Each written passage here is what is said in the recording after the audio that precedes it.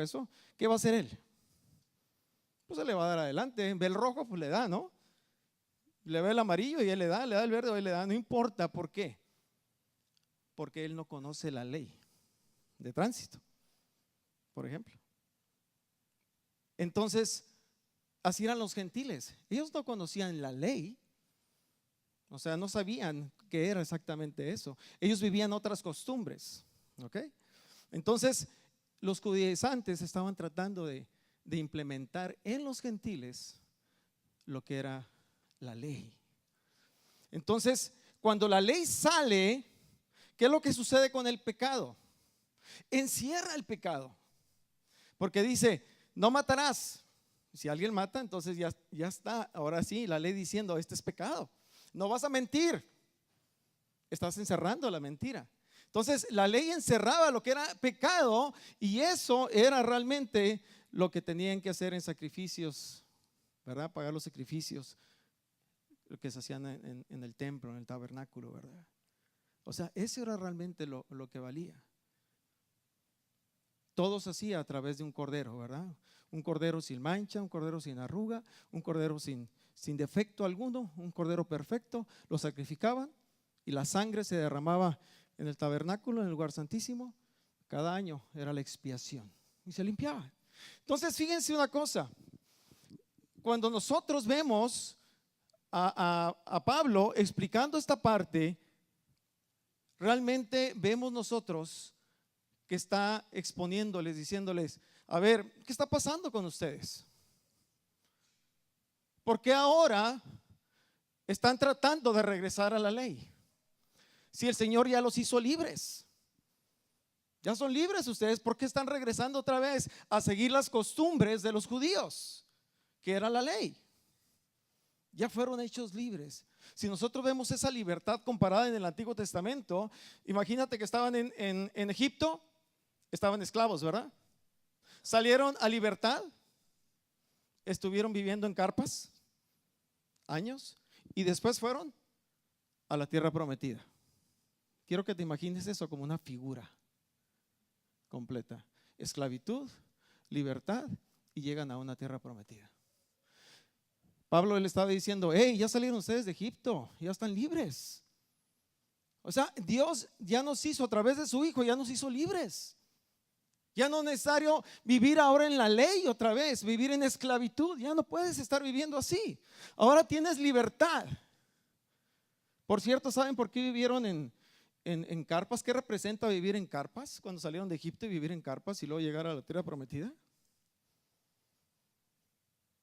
Representa en nuestras vidas que lo que estamos viviendo es temporal, porque nosotros estamos en la tierra prometida ya. Estamos llegando a la tierra prometida.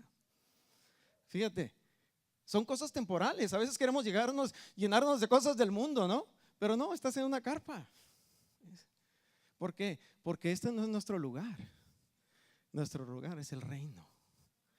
Wow, dices, esa es parte de lo que debemos entender nosotros. Entonces Pablo le está diciendo, no regreses a la esclavitud, no regreses a estar con la ley. ¿Por qué? Porque Cristo ya te hizo libre. Esa es la libertad que debemos nosotros vivir. O sea, cuando habla, el primer punto, esto que habla es tenemos que vivir en la libertad que Cristo ya nos regaló. Es un don que Él nos, el don es un regalo. Él te lo está dando a ti, te lo dio a ti, no lo dio a mí, para que nosotros podamos disfrutar cada día. ¿Cómo aplica a tu vida el día de hoy eso? ¿Cómo lo podemos bajar en la práctica a tu vida? Tú tienes que entender la obra que hizo Jesús en la cruz por ti. Es el principio. Si no tenemos ese principio bien entendido, entonces no va a suceder lo demás. Yo necesito entender esa parte. Lo que sucedió en la cruz es algo bien grande, mis hermanos, bien grande. Hay una palabra que quiero, los que apuntan, quiero que la apunten. Fíjate, es una palabra preciosa en hebreo. Esta palabra se llama Yasha. Y-A-S-H-A. Yasha, esa palabra. Es una palabra hebrea. ¿Sabes qué significa esa palabra hebrea? significa salvación, significa redención, significa libertad, significa prosperidad, significa paz. Eso es lo que significa esa palabra Yasha. Entonces, desde el tiempo antiguo, antes de Cristo, el pueblo de Israel, cuando estaba en Egipto, estaba buscando ¿qué? Yasha. Y mira qué curioso, esa palabra Yasha, ¿sabes cuál es la raíz? ¿Es la raíz de qué? De la palabra Yeshua. De la palabra Yeshua. Y esa palabra Yeshua es la raíz de la palabra Yeshua, del nombre Jesús. En griego es I-E-S-O-U-S, y Jesús. Yasha es salvación. Yeshua es salvación. Y ese Jesús en griego es Jesús, en español o en inglés, ¿verdad? Jesús es salvación. Necesitamos aprender que lo que ahora tenemos, lo que el Señor hizo en la cruz, nos dio salvación. Pero salvación viene de la palabra también Shalom. ¿Se acuerdan cuando Jesús, cuando murió y después se les presentó a los discípulos? Se presentó en un lugar ahí que estaban en lo alto y les dijo: paz a ustedes. ¿Recuerdan ese pasaje? Shalom representa la palabra paz, sí. Eso es lo que representa, paz a sus vidas. Pero igualmente esa palabra está rica para podernos bendecir, es bendición a tu vida. El bendecir a tu vida es que tiene todo para ti, viene contenido, todo ese contenido grande de la bendición de Dios, el Señor te lo está dando. Cuando el Señor murió en la cruz, Él resucita, se levanta, está un tiempo todavía aquí y asciende. Pasan cosas bien tremendas. Primeramente, la sangre derramada en la cruz, esa sangre, ¿sabes qué hace? Te limpia de pecado, te quita pecado, no te lo sobrepone, te lo quita. Wow. ¿Qué sucede si te pones a pensar? El Señor se metió en tu pasado y tu pasado lo redujo a nada y dijo: ya no existe tu pasado. ¿Por qué? Porque ya lo perdoné. Oh, ¿te das cuenta? Así que cuando escuchas una voz de condenación para tu vida, una voz que se levanta y te dice: es que tú hiciste esto y aquello otro, tú vas a decir: no, eso ya no existe en mi vida. Yo soy una nueva criatura.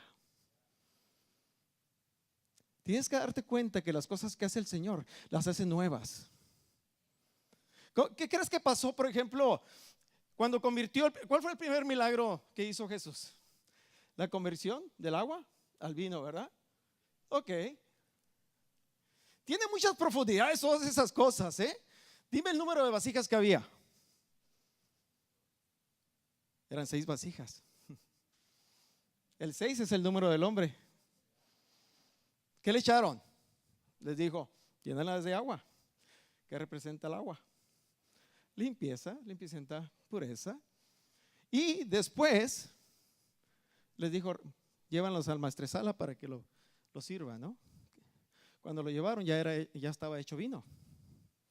Dime una característica del vino. Si tú compras una botella de vino y vas a probar el vino, ¿qué característica tiene el vino para que sea vino? Después del proceso que tuvo, tiene que llevar un tiempo para que sea fermentado y llegue a las características del vino. O sea que tiene un tiempo, ¿verdad? Ok.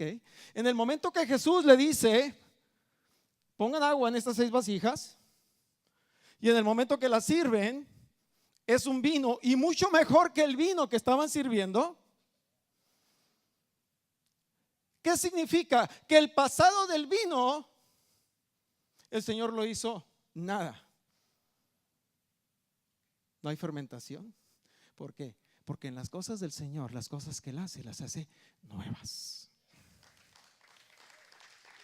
¡Qué tremendo! Ponte a pensar todas las cosas que están en la palabra de Dios, que si profundizas más en la palabra de Dios, el Señor te va a estar dando mucho más, te va a enriquecer y te dice, tú ya no tienes pasado, tú eres una nueva criatura. Eres un ser, un hijo mío, una hija mía, amada, aceptada. Eres un ser que yo amo y di mi vida. Pagué un alto precio a través de mi hijo para que tú seas lo que hoy eres. Así que no venga el enemigo a decirte, a recordarte todas las cosas malas que has hecho, porque le vas a decir, ¿sabes qué? Ese hombre ya no existe. Esa mujer ya no existe. ¿Por qué? Porque hoy soy una nueva criatura. El día de hoy soy nuevo. Las cosas viejas pasaron, todas son hechas nuevas. Wow, qué hermoso, ¿verdad? El poder ver nosotros la palabra de Dios, que están, por ejemplo, queriendo atacar el evangelio. El evangelio de Dios son las buenas nuevas que el Señor nos ha dado a cada uno de nosotros. Esas son las buenas noticias que tenemos que darle a los demás, mis hermanos. Tenemos que predicarle la palabra a los demás. Tenemos que llevar el mensaje de salvación a los demás, que conozcan quién es el Padre. Hay muchos huérfanos, yo lo veo de esa manera. Tú sales y toda esa gente que no conoce a Cristo son huérfanos. ¿Por qué? Porque no conocen al Padre. ¿Quién conoce al Padre aquí? La ola que hay que hacer todos aquí, ¿verdad? Es cierto. Conocemos al Padre. Y si tú conoces al Padre y hay un huérfano que no lo conoce, ¿qué te necesitas hacer? Hey, quiero presentarte a tu papá. Y es a través de Jesús, ¿verdad? Porque Él es el único que nos lo puede presentar. Él es el camino al Padre, dice su palabra en Juan 14:6, ¿verdad? Hay un versículo que me llama mucho la atención.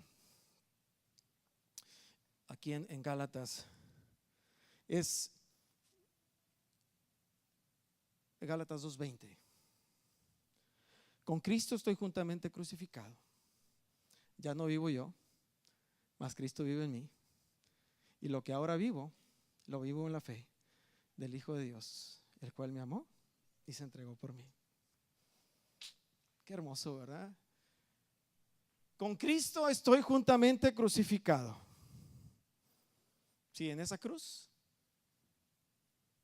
Ahí estuvo Octavio. Ponle tu nombre. En esa cruz estuvo Octavio. Ya no vivo yo. ¿Qué significa? ¿Qué pasó con Octavio? Murió. Ya no vivo yo,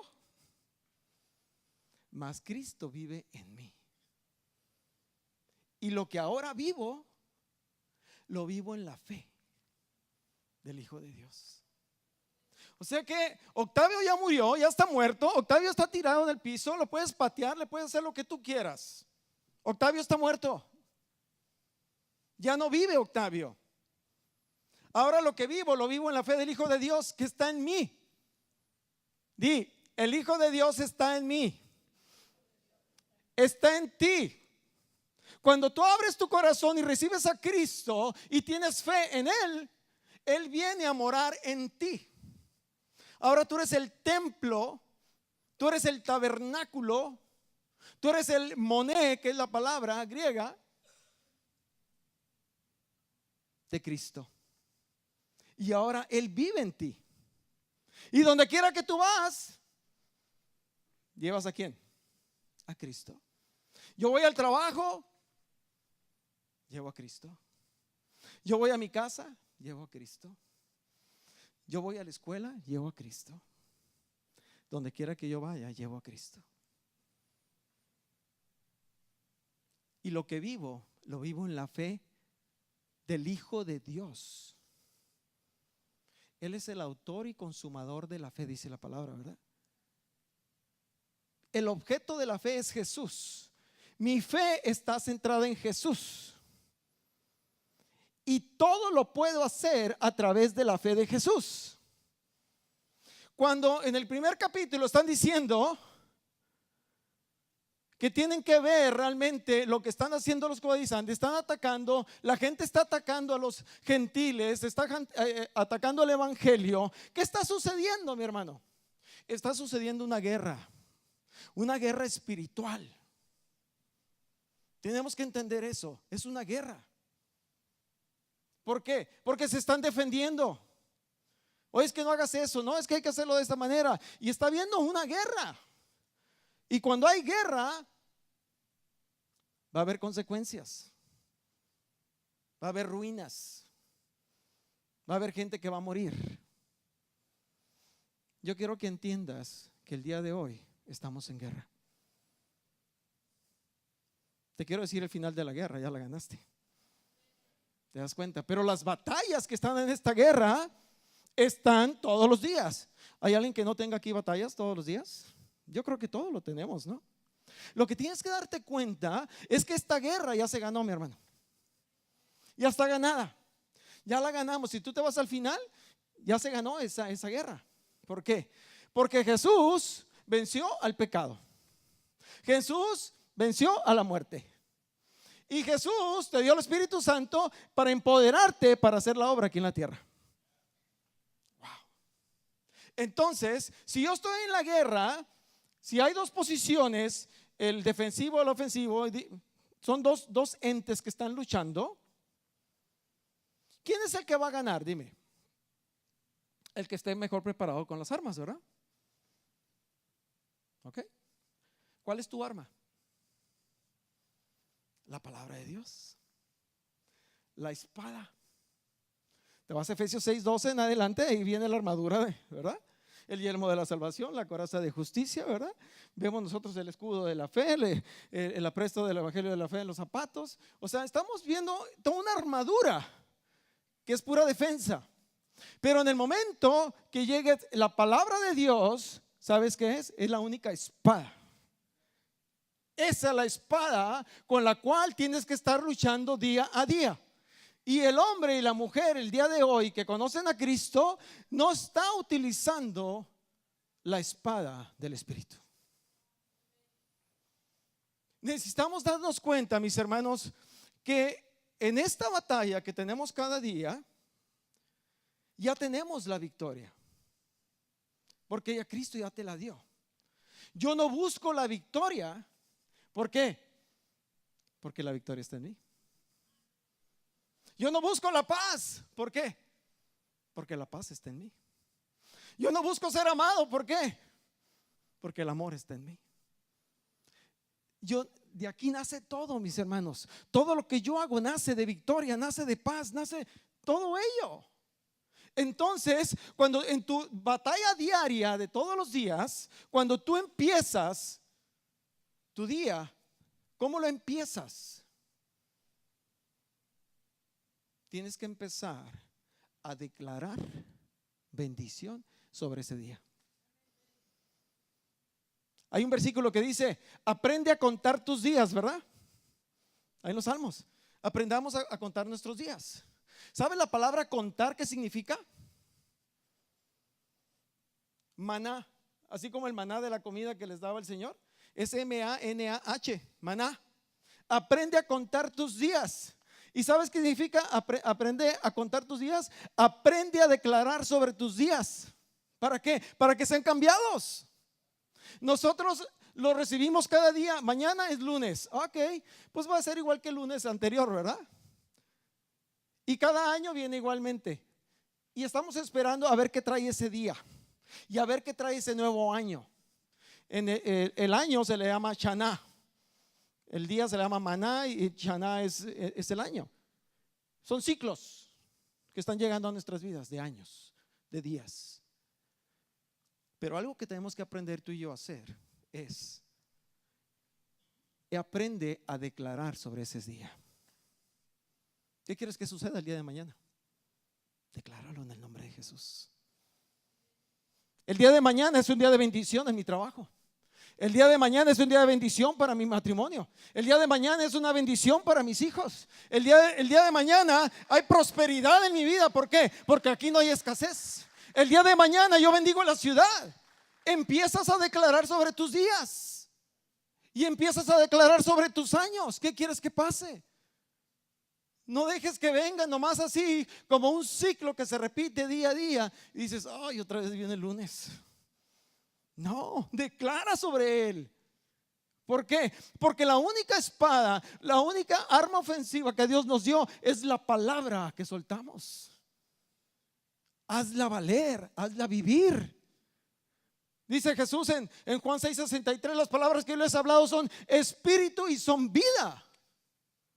¿Dónde está Jesús? Aquí está en tu corazón. Las palabras que tú hablas ahora, que es palabra de Él, son espíritu y son vida. Dale vida a tus días. Y no esperes que el enemigo trabaje en ellos para que te vengan y tengas que defenderte. No, declárale en el nombre de Jesús ahora la bendición. Porque todo se mueve en fe, mis hermanos, en el reino de Dios. Todo está a través de la fe.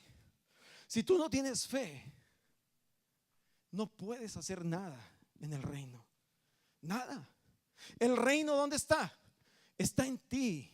¿Por qué? Porque el Rey de Reyes vive en ti. Es algo que tienes que entender. El reino está en ti. Y tú llevas el reino a cualquier lugar donde tú vayas.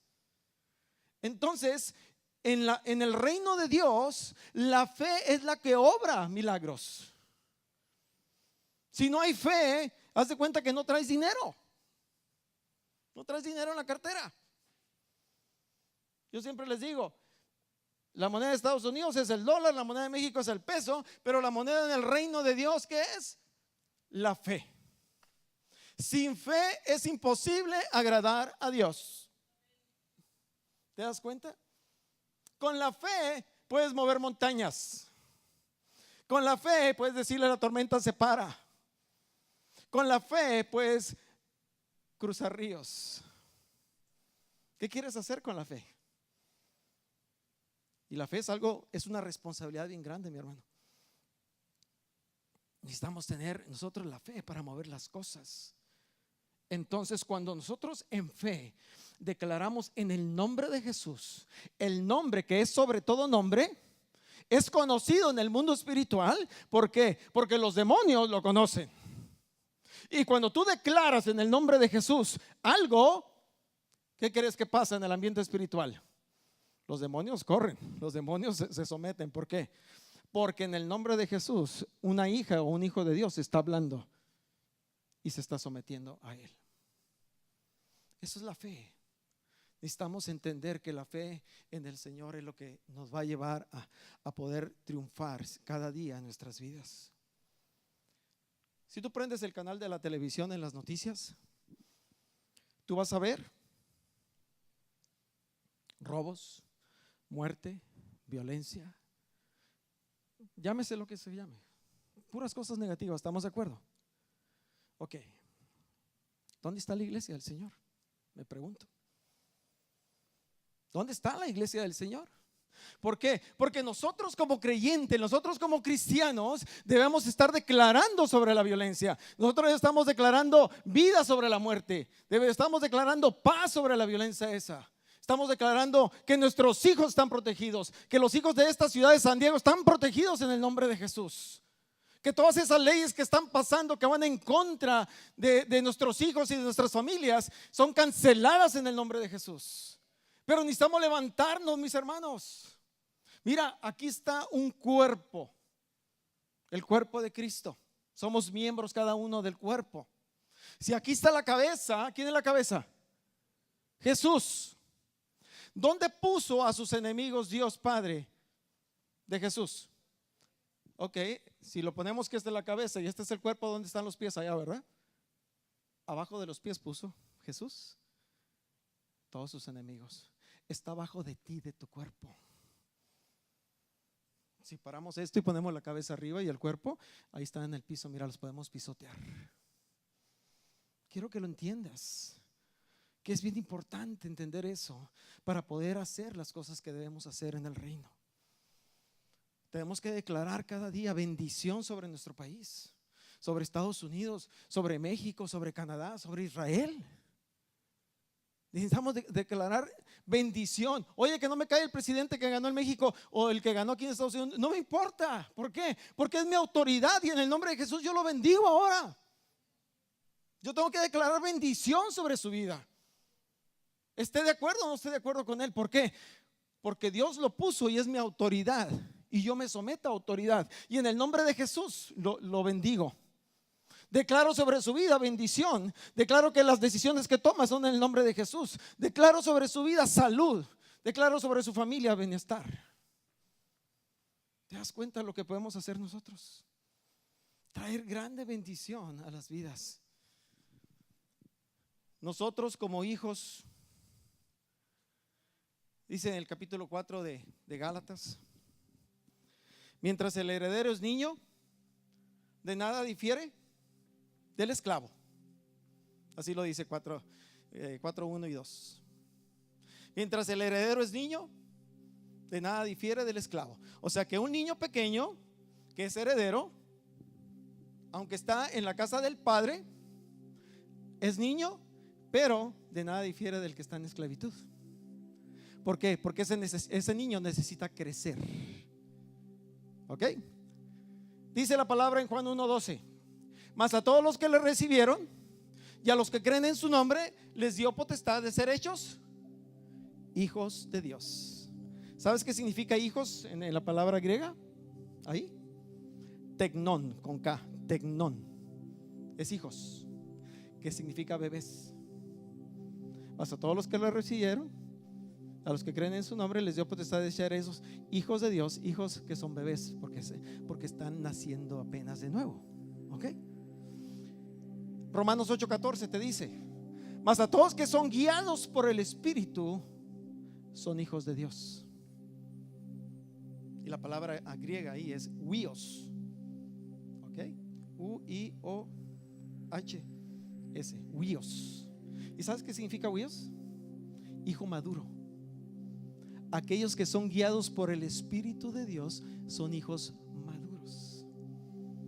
¿Quién eres tú? ¿Eres tecnón o eres huío? Porque si eres una persona madura en el Señor, que tiene el carácter, los dos son hijos, aunque sea bebé es hijo, y aunque esté grandote es hijo. No hay diferencia, son hijos. Pero uno tiene la naturaleza del padre, el ADN, pero el otro que tiene el ADN y la naturaleza tiene el carácter del padre ahora, porque ya creció. Entonces, como hijo de Dios, como un huío, necesitas ahora empezar a transformar tu matrimonio, a transformar tu familia, a transformar tu comunidad, a transformar tu ciudad, a transformar tu país. Porque el Señor nos mandó a ser discípulos de todas las naciones. Eso es lo que tenemos que entender. ¿Y cómo lo vamos a hacer? Lo vamos a hacer en fe, mis hermanos, declarando en el nombre de Jesús bendición. Ahora que tus oraciones no sean: Señor, ahí te pido por favor que a ver si tienes chance y te acuerdas de mí, porque a veces oramos así. No, la oración es: ¿sabes qué? En el nombre de Jesús, eso que está pasando ahí se transforma, es cambiado. ¿Por qué? Porque el Señor te dio poder y autoridad para que en su nombre hagas las cosas. Tienes el poder y la autoridad para que en su nombre hagan las cosas. Tú eres un embajador de Cristo, así lo dice la palabra de Dios. Somos embajadores de Cristo. Y un embajador es un representante de un país, por ejemplo. Bueno, tú eres representante del reino de Dios. Entonces, como embajadores, ¿qué vamos a hacer? Vamos a empezar a transformar, a declarar en el nombre de Jesús que las cosas son cambiadas. Yo les he dicho algunas veces que me he subido aquí a orar, les digo, por ejemplo, Marcos 11:23, dice la palabra que si tú le dices a esa montaña te mueves, se moverá. ¿Por qué? Porque lo que digas creyendo en tu corazón será hecho. Así lo dice la palabra. Lo que digas creyendo será hecho. Entonces aprende ahora en el poder y la autoridad que Dios te ha dado. Ahora empieza a declarar. Porque si tú lo declaras creyendo, ¿qué crees que va a pasar? Va a suceder. Y vamos a empezar a transformar este país. nuestros países. ¿Por qué? Porque los hijos de Dios se han levantado para hacer su obra. En Gálatas 5 nos dice, Gálatas 5 dice que andemos en el Espíritu, no andemos en la carne. Gálatas 5:16 así lo dice: caminen en el Espíritu y no satisfagáis los deseos de la carne, porque los deseos de la carne son adulterio, fornicación, ira, contienda, pleitos, disensiones y todo ese tipo de cosas que pasan cada día en nuestras vidas. Dice, mas el fruto del Espíritu, ¿qué es? Amor, gozo, paz, paciencia, benignidad, bondad, fe, mansedumbre, templanza. Son 9. Ese es el fruto del Espíritu de Dios en ti. Yo leo la palabra y dice Espíritu con E mayúscula, ¿no? ¿Sí? Dime una cosa. En un árbol, ¿quién es el que da fruto? ¿Las ramas o el tronco?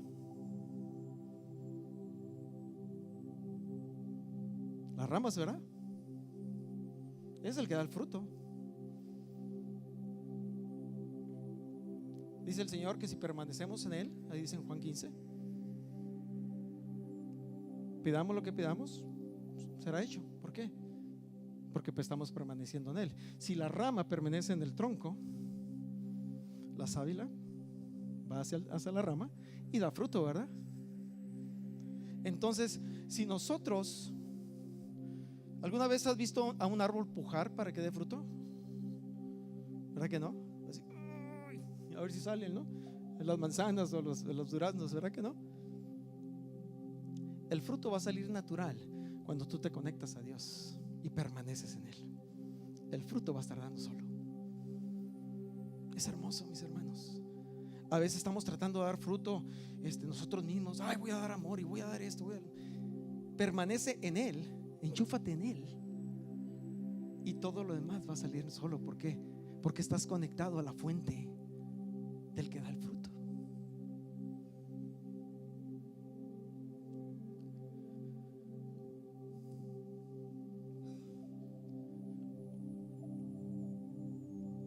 En medio del jardín del Edén, el Señor puso un árbol. ¿Cómo se llamó ese árbol? El árbol de la ciencia del bien y del mal. ¿Qué les dijo el Señor? No coman de él, ¿verdad? Porque el día de que él comieres, ¿qué va a pasar? Vas a morir. Te voy a enseñar algo del árbol. ¿Está bien? Cuando el hombre comió de ese árbol, ¿qué pasó? El hombre murió. ¿Estamos de acuerdo? Cuando el hombre comió de ese árbol, murió. Cuando vemos la vida de Jesús, Jesús, ¿en qué murió? En una cruz. ¿Y esa cruz de qué estaba hecha? ¿Y esa madera de dónde viene? Mira qué curioso. De un árbol vivo, el hombre come de su fruto y muere. De un árbol muerto, que es la cruz, el hombre se acerca y tiene vida. De un árbol vivo viene el hombre, peca. De un árbol muerto viene el hombre, se le quita el pecado. De un árbol vivo viene el hombre, desobedece. De un árbol muerto viene el hombre y ahora camina en obediencia. Qué hermoso, ¿verdad? Ver los dos árboles. Son las paradojas del Señor. Lo que está muerto resulta en vida, pero lo que está en vida resulta en